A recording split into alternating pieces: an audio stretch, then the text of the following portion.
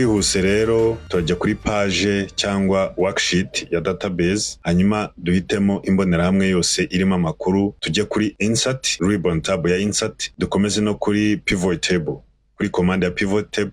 Nituyikandaho hafunguke kano ka dialog box nkuko tumaze kubimenyera. Hanyuma hano turarekeramo new worksheet, ni ukuvuga ko pivot table iri bujye muri worksheet yayo nshyashya, hari bufunguke worksheet ijyemo pivot table. Noneho twemeze, ahita hafunguka worksheet nshyashya kandi irimo pivot table.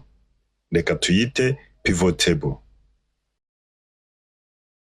Hanyuma rero turerekeza hirya hano ku turima twa pivot table, dutoranyemo amakuru yibanze dukeneye. Murabona ko uko duhitamo amakuru hano muri aka karima, hasi mu karima ka values ahita yishyiramo, ndetse no muri sheet yacu akishyiramo.